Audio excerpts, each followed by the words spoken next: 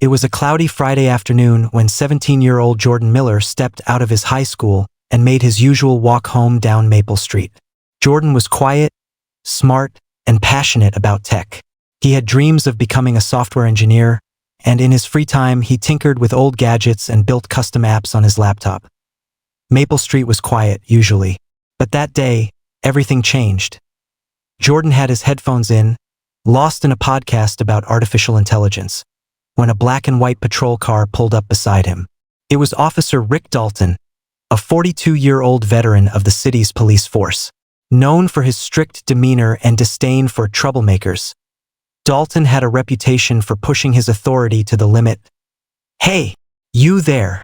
Dalton's voice barked through his cruiser's loudspeaker. Jordan paused, pulled out one earbud, and turned to face the car. "Yes, officer?" Dalton stepped out of his vehicle, sunglasses on, hand resting on his belt like he was ready for a showdown. "What are you doing in this neighborhood?" Jordan frowned. "Walking home. I live 2 blocks from here." Dalton's lip curled. "This area's been hit with car break-ins all week. Got any ID?" Jordan hesitated. He'd heard about encounters like this before. He slowly reached into his backpack and pulled out his school ID. Dalton snatched it without a word, examined it, and then shoved it back at him. "You fit the description," Dalton muttered. "Baggy hoodie, sneakers, black jeans." Jordan couldn't believe it. "I'm just heading home. I haven't done anything wrong." Dalton didn't respond. Instead, he ordered Jordan to put his hands on the hood of the car. Shocked and embarrassed, Jordan tried to argue, but Dalton was already calling it in. A small crowd started to gather. Neighbors, passersby, even a classmate. That's when Jordan made a quiet, fateful decision. He clicked his phone's side button 3 times, activating a voice-activated recording app he had coded himself. The app began recording both video and audio, streaming it live to a secure cloud server. Dalton continued the search. He dumped out Jordan's backpack on the hood, scattering textbooks and a half-eaten sandwich onto the sidewalk. Jordan clenched his fists but stayed still. He knew any sudden move could escalate things. After 10 minutes of humiliation, Dalton found nothing. No tools, no stolen goods, not even a reason to hold him. But the damage was done. Jordan was furious and humiliated. People had filmed with their phones, but Dalton ordered them to delete the footage. What Dalton didn't know was that Jordan's footage was not only safe, it had captured everything, and soon it would change both of their lives. That night, Jordan sat at his desk, the glow of his laptop reflecting in his tired eyes. He hadn't touched dinner. The video, clear, uncut, and undeniable, played on a loop in front of him. He watched as Officer Dalton barked orders, dumped out his belongings, and mocked him in front of a growing crowd. Jordan had never felt so small. He was used to keeping his head down, avoiding trouble. But this wasn't a misunderstanding. It felt targeted. Personal. He clicked over to the cloud storage platform where his recording had automatically uploaded. Not only was it safely archived, but the file had been backed up to 3 other secure folders, something Jordan had designed just in case. With a deep breath, he started editing. He trimmed the video to just over 4 minutes, enough to capture Dalton's aggression, his tone, and the obvious lack of any reason for detaining him. Then, he added captions, a short message at the start. "I'm a student. I walk home every day. Yesterday, this happened to me." Jordan didn't expect it to go far. He just wanted his classmates and community to know the truth. He uploaded it anonymously to a local Reddit group, then to Twitter and TikTok. By morning, it had been shared over 30,000 times. Across town, in his suburban ranch-style home, Officer Rick Dalton stood at his kitchen counter, sipping black coffee and reading the local news on his phone. That's when he saw it. Teen shares video of controversial stop and frisk by local cop. He clicked the link, expecting one of those overblown headlines. But when the video played, and he saw himself front and center, mocking a teenager, dismissing his ID, and telling someone to shut off that phone before I take it, he froze. "Rick, what's wrong?" his wife asked. Dalton didn't answer. He set his phone down like it had burned him. He'd been warned before. Once, 2 years ago, after a complaint by a young man in a hoodie at a gas station. Nothing stuck. His department had his back. Always had. But this wasn't a filed complaint. This was public.by noon. The video had hit national news. Civil rights attorneys shared it. Journalists tweeted it. Activists called it a blatant abuse of power. Jordan, now identified by his classmates and teachers, was approached by several community leaders and even a pro bono lawyer named Marissa Blake, who had built her career on fighting police misconduct. She met Jordan and his mother that evening.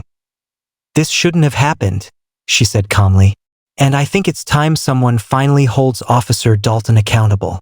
But it has to go through court. Are you ready for that?" Jordan looked at his mom, who held his hand and nodded. "Yes," he said, voice steady. "Let's do it." The courthouse in Fairview wasn't used to this kind of attention. Normally, it handled petty thefts, speeding tickets, and small claims disputes.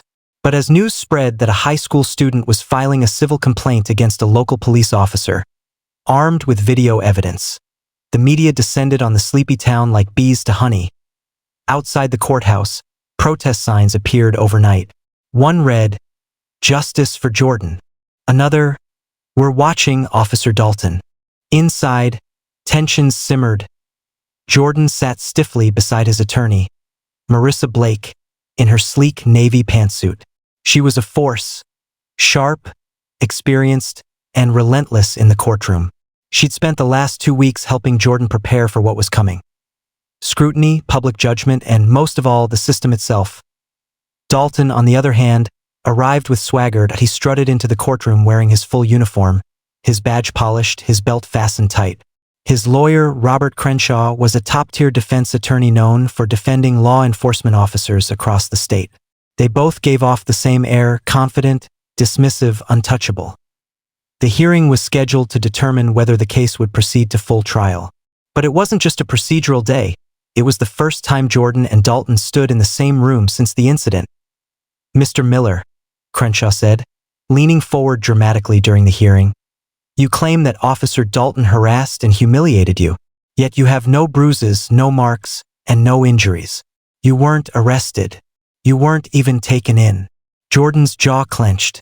Before he could speak, Marissa raised a hand. "Your Honor, the law is clear. Humiliation and unlawful detainment do not require physical injury. What matters is the abuse of authority, and we have video evidence showing just that." The judge, a firm but fair man named Judge Alan Kersey, held up a hand. "Let's not argue over the law right now. We'll get to the facts. Mr. Miller, please describe what happened that day." Jordan stood up slowly. The room was silent. "I was walking home from school," he began, his voice steady but tight. "I didn't do anything wrong. I didn't have anything on me. Officer Dalton stopped me because he said I fit a description. He emptied my backpack, treated me like a criminal, and people recorded it." He turned and faced Dalton. "You made me feel like I didn't belong, like I was a threat for just existing." Dalton didn't flinch. He crossed his arms. When the hearing adjourned, Judge Kersey ruled that the case had merit and would move forward. Outside the courthouse, reporters swarmed. Microphones were thrust toward Jordan's face. But Marissa stepped in front of him. "We're not just going to prove misconduct," she said confidently to the cameras. "We're going to show what happens when arrogance meets accountability." What no one knew, not even Marissa, was that Jordan had an ace up his sleeve. The video everyone had seen was only the first part. He had a second clip. Longer, clearer, and far more damning. And he planned to reveal it in court. The night after the court hearing, Jordan sat alone in his bedroom, scrolling through the messages flooding his phone. Some were supportive. Others were vile. Trolls mocked him, called him a liar, even accused him of faking the video. But he ignored them. He was focused on something far more important. The second clip. Jordan hadn't shown it to anyone yet, not even Marissa. He needed to be sure the timing was right. The first clip, the one that went viral, ended just as Dalton dismissed him and walked back to his cruiser. But the second clip captured what happened after Dalton thought the cameras were off.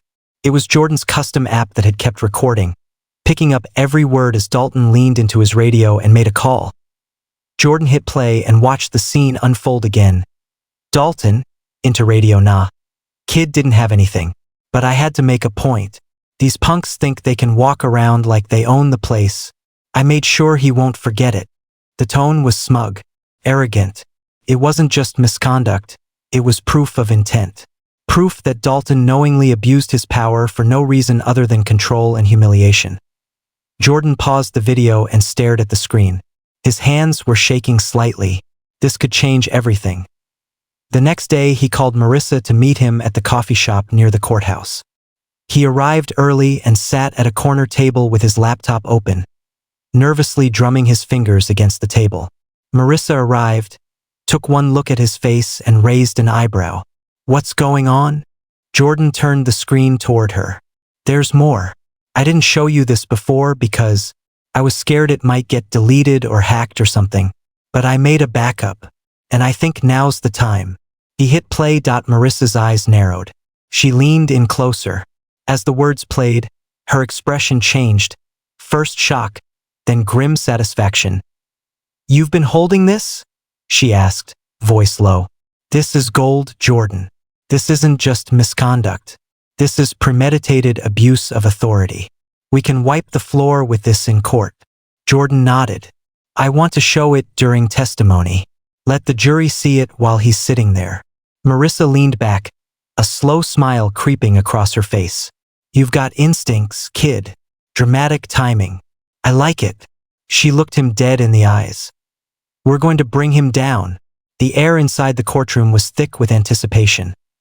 Jordan wore a crisp white button-down and navy blazer, borrowed from his uncle, and sat beside Marissa with calm determination in his eyes.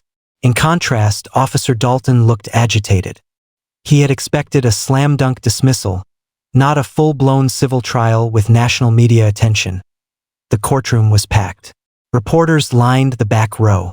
Locals filled the benches, some there out of curiosity, others in quiet solidarity with Jordan. Even a few high school classmates skipped class just to see history unfold. Judge Kersey entered, and the room stood. His expression was neutral, but everyone could feel it. This case mattered. Opening statements began. Marissa stood with a grace that commanded attention. "Ladies and gentlemen of the jury," she began, "what you're about to see is more than a video. It's a window into a moment when power was abused and a young man was treated like a criminal for simply walking home from school. Jordan Miller broke no laws, posed no threat, and complied with every order. Yet he was humiliated, harassed, and targeted. Today, we're here to ask for accountability." Then Crenshaw rose. He paced slowly, confidently. "The defense will show that Officer Dalton acted within reason. He was responding to a pattern of thefts in the area, following descriptions provided by witnesses. Sometimes, law enforcement must act quickly to prevent crime. This was a misunderstanding, nothing more." Jordan could barely keep from rolling his eyes. The first few hours were filled with testimony from local witnesses, character statements, and procedural debates. But it wasn't until Jordan took the stand that the energy in the room shifted. He stepped up, took the oath, and faced the jury. His voice was steady.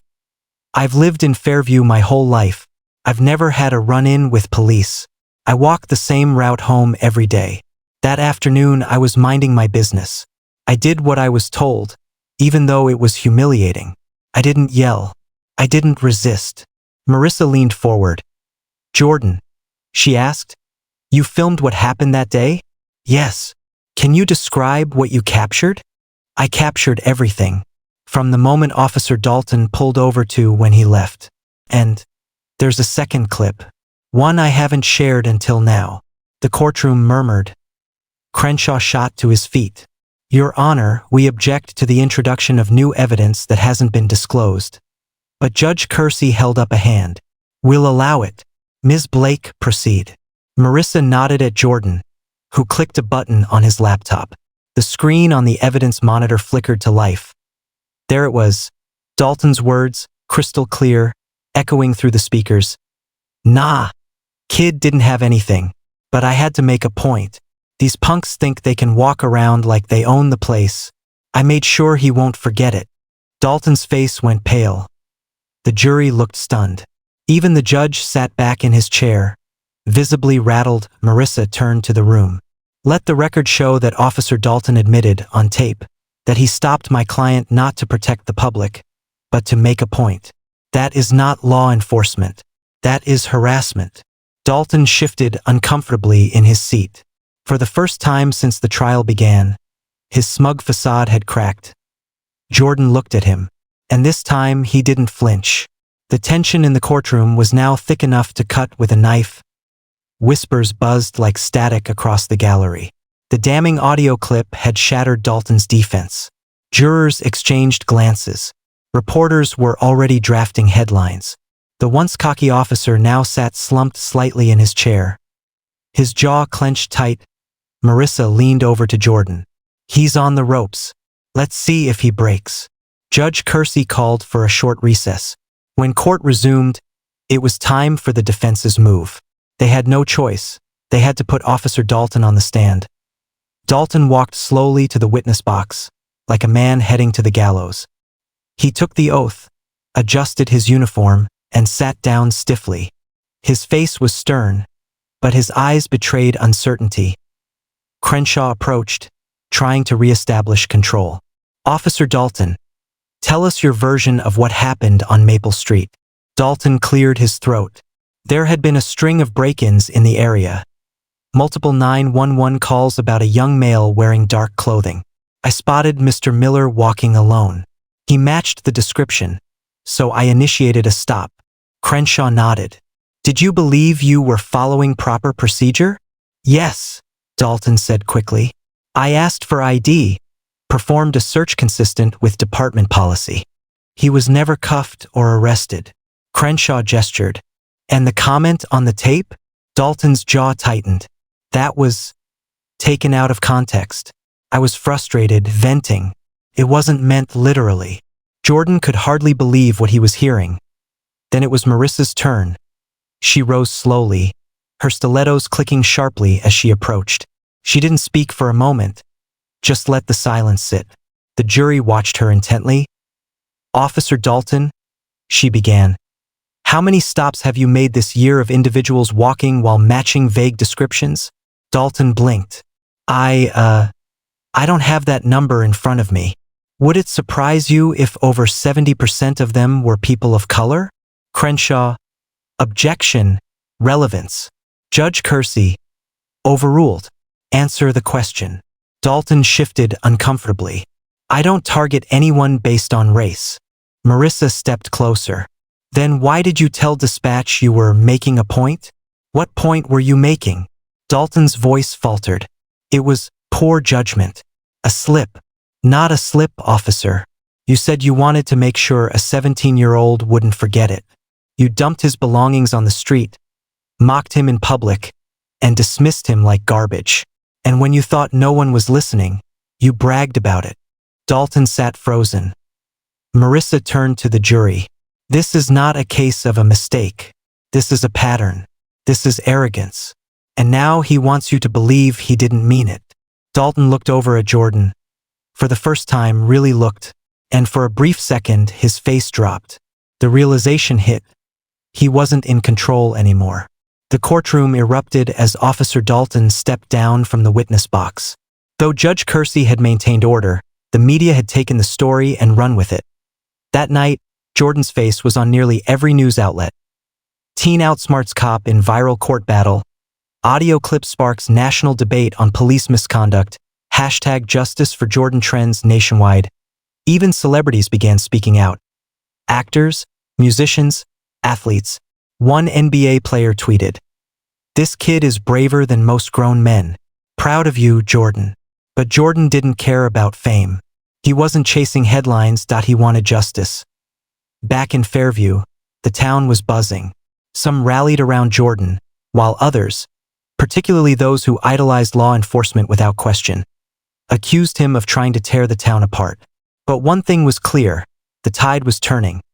The next day in court, Marissa made a bold move. She called a surprise witness. "Your Honor," she said, standing confidently, We request to call Ms. Latoya Henderson to the stand." The name made Dalton freeze. Latoya Henderson was a former Fairview resident. She had moved away years ago, after filing a formal complaint against Officer Dalton that mysteriously vanished from the records. She walked into the courtroom, tall and composed. She took the oath and sat, her eyes locking with Dalton's. "Ms. Henderson," Marissa began, "can you tell us why you left Fairview?" Latoya took a breath. "Because I was scared. Officer Dalton stopped me late one night when I was 19. I hadn't done anything. He said I looked out of place. He searched my purse, made comments about how I dressed. I filed a complaint. Nothing happened. A week later, I was stopped again, this time by another officer. No record, no apology. I packed my bags and left." The jury listened, riveted. "And to your knowledge," Marissa asked, "was your complaint ever followed up on?" "No, I never heard back. I requested a copy years later. There was no record of it." Crenshaw jumped up. "Objection. This is anecdotal and prejudicial." Judge Kersey frowned. "I'll allow it. There appears to be a pattern here." Dalton looked like he'd seen a ghost. This was more than just one kid now. His whole career was being unraveled in front of him. When Latoya stepped down, she gave Jordan a small, knowing nod. Outside the courthouse, protesters held signs. "How many others? Silence is compliance. Accountability now." Jordan stood at the top of the steps with Marissa and looked over the crowd. He felt the weight of what was happening. This wasn't just about him anymore. It was about everyone who'd ever been silenced, overlooked, or mocked by someone in power. By now, the trial had become the topic of conversation across America. Jordan couldn't walk through town without someone stopping to shake his hand. News vans camped outside the courthouse every morning. But inside the courtroom, things were growing darker for Officer Dalton, and his defense team knew it. Marissa was about to deliver the blow that would break the case wide open. "Your Honor," she said, standing tall in front of the judge and jury, "we would like to submit into evidence a newly discovered internal affairs report, one that was sealed and never disclosed to the public." Crenshaw leapt to his feet. "Objection. This is highly irregular and prejudicial." But Judge Kersey leaned forward. "Let me see it." Marissa handed over the document, stamped confidential. It was from 5 years ago. The judge's eyes scanned it, his expression tightening as he read. "Proceed, Ms. Blake." She turned toward the jury. "This report," she began, "details 3 previous complaints against Officer Dalton, all made by civilians who claimed they were stopped, searched, or verbally harassed without cause." Gasps echoed around the room. One of these complaints involved a 16-year-old boy who was thrown against a wall after refusing to unlock his phone. Another involved a young mother forced out of her car in front of her toddler. In each case, the internal review found Dalton's behavior to be concerning, but did not take disciplinary action. She paused, letting the weight of it sink in. "Ladies and gentlemen of the jury, we are not looking at an isolated mistake. We are looking at a pattern of behavior, a pattern that was ignored and buried." Dalton looked like he was going to be sick. Sweat was forming at his temples. His fingers twitched on the table. Crenshaw stood slowly. "These reports were never formal charges. Officer Dalton has a clean record." Marissa turned. "A clean record only because the system protected him. That ends today." She clicked a remote and photos appeared on the screen. Redacted names, timestamps, complaint forms, all tied to Dalton. The department had the chance to stop this years ago. They didn't. And now Jordan Miller is sitting here today because of that failure. The jury stared at Dalton, no longer with confusion, but with disgust. He shifted, unable to meet their eyes. Outside the courtroom, the crowd had doubled. Protesters waved signs, and someone on a megaphone shouted, "We believe Jordan." Cars honked in solidarity. Local police were even brought in to control the overflow. Marissa stepped outside briefly during a recess. Reporters swarmed. "Ms. Blake, is it true Officer Dalton faced prior misconduct complaints?" She smiled tightly. "That's what the record says. And we have every intention of letting the truth speak for itself." Back inside, Jordan sat silently, fists resting on his knees. He wasn't angry anymore. He was ready. The final phase was approaching. Verdict day was near. The courthouse was quieter than usual. There was no chanting outside, no flashing cameras. Just silence. A collective breath held in anticipation. Inside, the jury had been deliberating for 6 hours. Jordan sat between his mother and Marissa, his hands clasped tightly in his lap. Every tick of the wall clock made his heart beat faster. Dalton, seated at the defense table, looked hollowed out, as if the weight of the past week had finally caved in his arrogance. Suddenly, the door opened. A bailiff stepped in. "The jury has reached a verdict." Murmurs rippled through the gallery. Judge Kersey re-entered moments later and took his seat.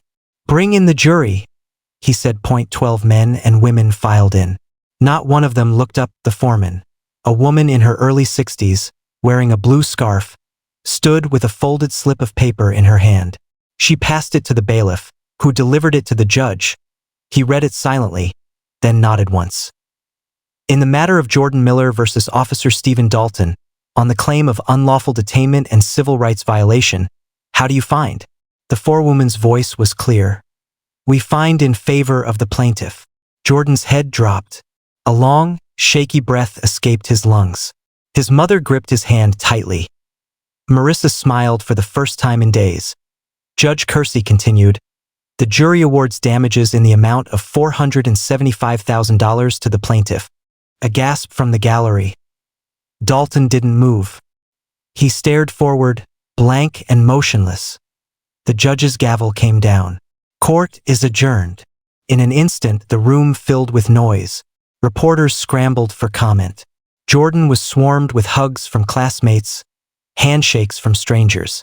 Marissa held him firmly by the shoulder. "You did it," she said. "You stood up." Jordan's voice cracked slightly. "We did it."